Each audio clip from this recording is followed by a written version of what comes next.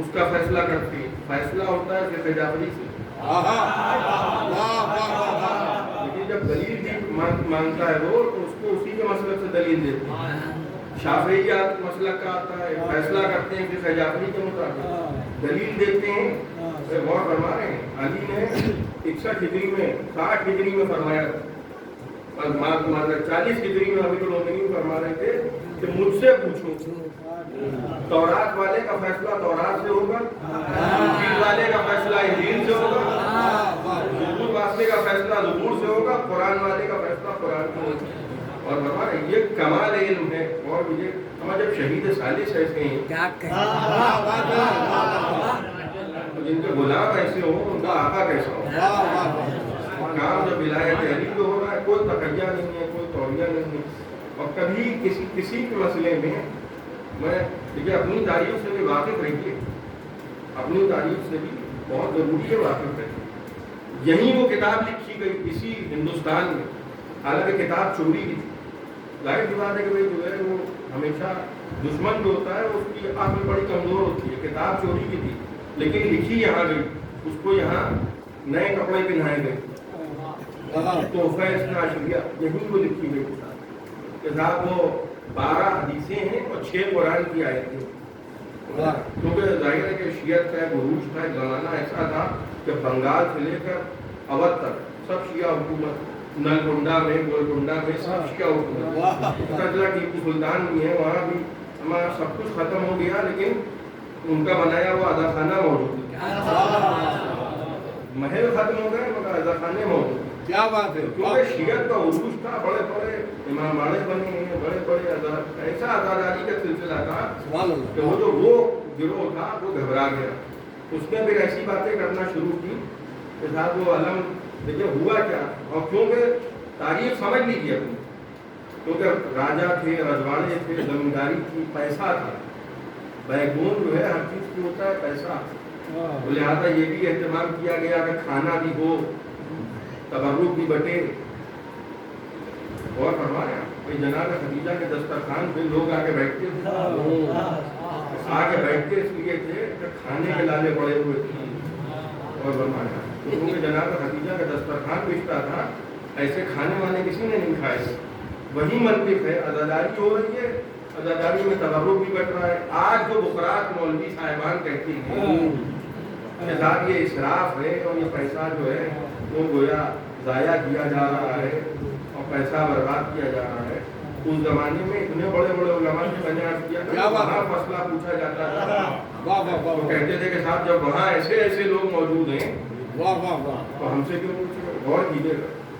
تو یہ اچھا انہوں نے کیا کیا, اب دوسرے گروپ نے کیا کیا. کیونکہ وہ لوگ آ جاتے تھے مجلس میں, وہ کس چکر میں آ جاتے تھے مجلس میں, کھانا بھی بٹ رہا ہے, ایک سے ایک تبرکات بٹ رہے ہیں, توجہ فرما رہے ہیں, سب کچھ بٹ رہا ہے. تو جب مجلس میں لوگ آنے لگے تو دھیرے دھیرے مجلس میں جو باتیں کہی جا رہی ہیں وہ چند لوگوں پہ اثر بھی کرنے لگے. اس کا نتیجہ بھی برآمد ہونے لگا. اب یہ گھبرائے کہ بھئی یہ مجلس میں جانے لگے ہیں اور یہ ماتم میں دیکھنے لگے ہیں. پہلے تو آئے تھے دیکھنے, بعد میں کھڑے ہو کے ماتم کرنے لگے. کیا بات ہے. جہاں سے مجلس میں آ کے بیٹھنے لگے, 5ویں دن نعرے لگانے لگے. انہوں نے کیا سوچا کہ اگر یہی سلسلہ جاری رہا, بھائی ہوا یہی ہے, اگر یہی سلسلہ جاری رہا تو معاملات تو ہمارے ہاتھ سے نکل جائیں گے. لہٰذا انہوں نے کہا کہ تابوت دیکھنا حرام ہے, علم دیکھو گے تو نکاح ٹوٹ جائے گا, زلجنا دیکھو گے تو پتہ چلا کہ معاملہ عجیب ہو جائے گا. تو یہ باتیں سب اس لیے کی گئی کہ کسی نہ کسی طریقے سے روکا جائے. اور بات آگے بڑھ گئی, کہنے لگے تھوک کے شیعہ پلاتی ہیں. اور بات آگے بڑھ گئی تو کہنے لگے خود ہی مارا ہے خود ہی روتے ہیں. یہی ہے نا. تو کہنا یہ چاہتے ہیں کہ شیعوی نے مارا ہے, اور کیونکہ پچھتاوا ہونے لگا, انہی کے بزرگوں نے مارا تھا.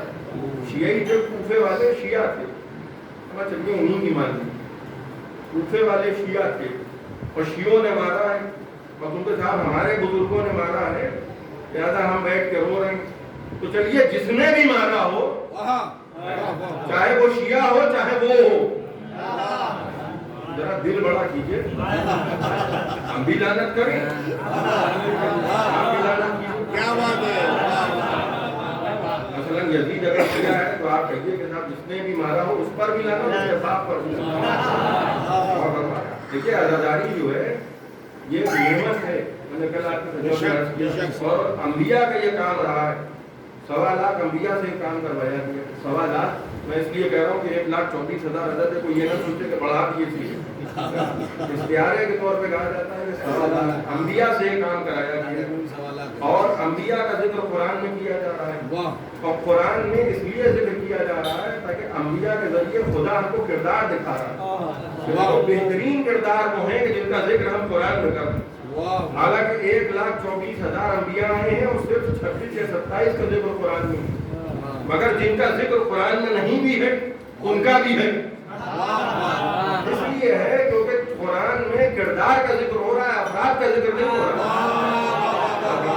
کیا بات ہے، قرآن جو ہے وہ کردار بیان کر رہا ہے کہ دیکھو بنو تو ایسے بنو، طریقہ اپنا ایسا رکھو، بیٹا یہ پرانی کہانیاں پرانے قصے ہم کو کیوں سنائے جا رہے ہیں؟ اور فرمائیے کہ جب ہم مجلس کرتے ہیں تو ایک طبقہ کہتا ہے کب تک روز کب تک یہ ذکر ہوگا؟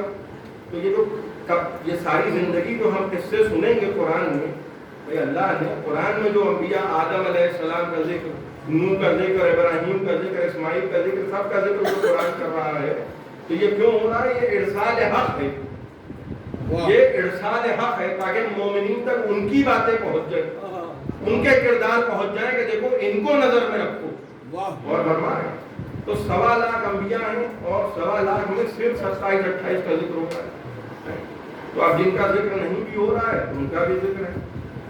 یہ شفقہ یہ بھی کہتا ہے کہ صاحب اگر علی اتنے اچھے تھے تو قرآن میں ذکر کیوں نہیں؟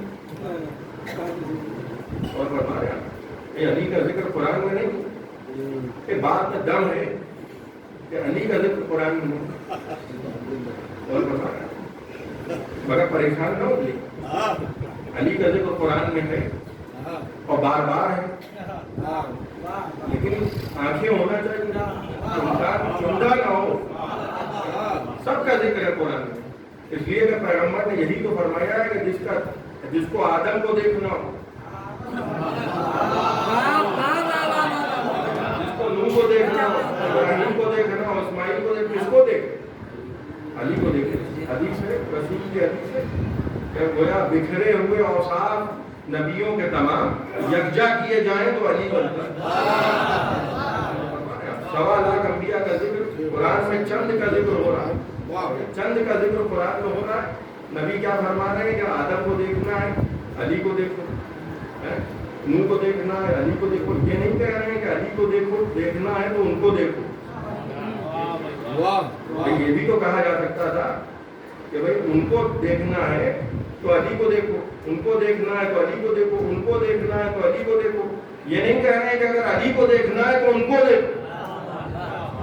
بھئی جیسے انبیاء کا ذکر ہو رہا ہے قرآن میں، ویسے ہی معصومین کا ذکر ہے، 14 معصومین ہیں ہمارے پاس، تو اگر علی کا ذکر ہو رہا ہے تو اس کا مطلب یہ کہ حسن کا ذکر ہو رہا ہے، حسن کا ذکر ہو رہا ہے تو حسین کا ذکر ہو رہا ہے، تو اسی لیے تو وراثت کا سلسلہ ہے، یعنی ذکر ایک کا ہے تو گویا سب کا ذکر ہے۔ یہی کہنا چاہ رہا ہوں کہ اگر گویا ایک کا ذکر ہے تو سب کا ذکر ہے، اور اگر سب کا ذکر ہے تو گویا ایک کا ذکر ہے۔ یہ اوصاف بیان کیے ہیں، نام نہیں کیا ہے قرآن۔ وعدہ الہی ہے کہ ہم وعدے کو وفا کریں گے۔ غور کیجیے گا، ذرا سی بارش ہو گئی تو ذرا تو چھتری لگانا پڑی، اور بڑے معاملات خراب ہو گئے، بارش کے قطروں سے ہمارے عقیدے نہیں دھل جائیں گے۔ ظاہر ہے کہ جب پہلی وحی کا نبی کا نزول ہوا، خلافت الہیہ وعدہ الہی، پہلی مرتبہ جب وحی کا نزول ہوا ہے نبی پر، تو آپ غور کیجیے گا، وعدہ میں نے عرض کیا تھا نا کہ خدا کا وعدہ، حسین کا وعدہ، سیدہ کا وعدہ، اب دیکھیے ابو طالب کا وعدہ۔ وحی کا نزول ہوا نبی پر اور نبی غار سے اترے، غار سے اترنے کے بعد کس کے دروازے پہ گئے؟ امت نے لکھا کہ جناب خدیجہ کے دروازے پہ، امت نے یہ لکھا کہ جناب خدیجہ کے دروازے پہ گئے، تو کسی اور بیوی کا نام کیوں نہیں لیا؟ کوئی محبت تو بہت ہے، لیکن آج کی تاریخ میں کسی اور بیوی کا نام لیا نہیں جا سکتا، کیونکہ ذرا سی مجبوری ہے کہ بیٹی تبھی مسلمان ہوگی جب باپ مسلمان ہوگا۔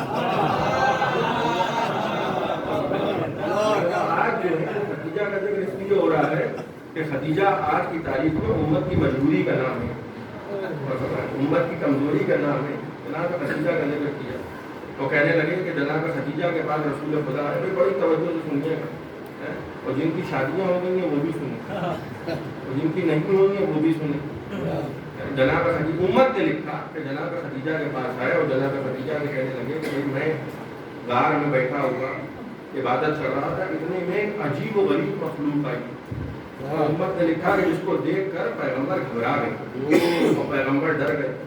تو جناب خدیجہ نے کہا کہ آپ پریشان نہ ہوئے، میں آپ کو اپنے چچا صاحب بھائی کے پاس لے چلتی ہوں، اس کا نام ہے ورقہ ابن نوفل، اور ورقہ ابن نوفل اس کے پاس لے چلتی ہوں اور وہ بتا دے گا کہ کیا مسئلہ ہے. اور جناب خدیجہ امت کے تاریخہ غور کیجیے گا، جناب خدیجہ ورقہ ابن نوفل کے پاس لے کے گئی. ورقہ ابن نوفل جناب خدیجہ کے چچا صاحب بھائی ہیں اور انجیل کے عالم ہیں. ورقہ ابن نوفل نے جیسے ہی رسول کو دیکھا اور رسول سے حالات سنے کہ ایک فرشتہ آیا اور ایک عجیب و غریب مخلوق تھی اور یہ تھا وہ تھا، ساری قصے سننے کے بعد ایک مرتبہ ورقہ ابن نوفل نے عجیب و غریب جملہ کہا، کہنے لگے آپ پریشان نہ ہوئیے، آپ مستقبل میں رسول بننے والے ہیں. غور کر رہے ہیں، آپ پریشان نہ ہوئیے. ورقہ ابن نوفل کہہ رہے ہیں کہ آپ مستقبل میں رسول بننے والے ہیں. لہذا امت نے یہ تسلیم کر دیا کہ کیونکہ ورقہ ابن نوفل نے کہا ہے کہ رسول بننے والے ہیں، لہذا وہ رسول بننے والے ہیں. اور فرما رہے ہیں امت کا مزاج سمجھتے چلیے، ماننے پہ آئے تو ورقہ ابن نوفل کی تصدیق مان لیں، نہ ماننے پہ آئے تو حاجیوں کے مجمع میں غدیر کے میدان میں وہ نبی کی تصدیق نہ مانیں.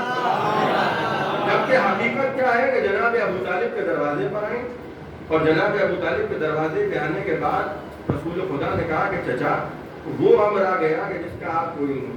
کیا غور کر رہے ہیں، چچا بھی ایسے چچا ہیں. بھائی دو طرح کے لوگ ہیں معاشرے، غور کر رہے ہیں، دو طرح کے لوگ ہیں معاشرے. کچھ تو ایسے تھے کہ جنہوں نے رسول کا بالکل ساتھ چھوڑ دیا. کیوں؟ کیونکہ جیسے ہی رسول نے لا الہ الا اللہ کا دشمنیاں ہو گئی.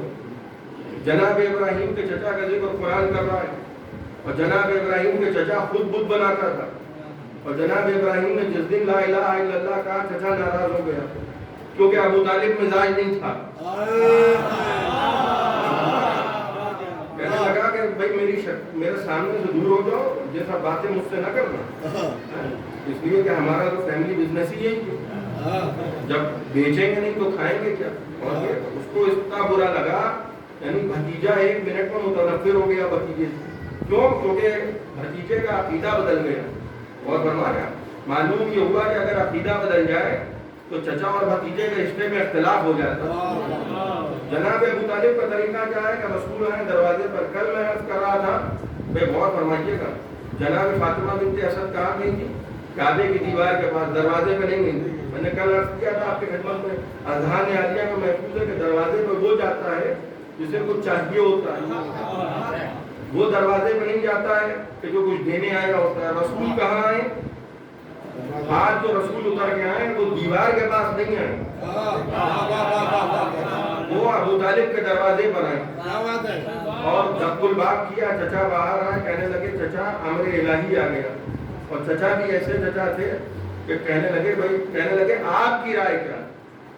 بھائی رسول خدا کہہ رہے ہیں جناب ابو طالب سے کہ چچا آپ کی رائے کیا ہے؟ وہ امر تو آ گیا، اب آپ بتائیے کہ آپ کیا فرماتے ہیں. اللہ نے کرے اگر جناب ابو طالب منع کر دیتے، اور فرمایا اگر جناب ابو طالب منع کر دیتے کہ بھتیجے اس وقت حالات سازگار نہیں ہیں، تبلیغ اسلام نہ کرو، دشمنیاں ہو جائیں گی، جان کو خطرہ ہو جائے گا.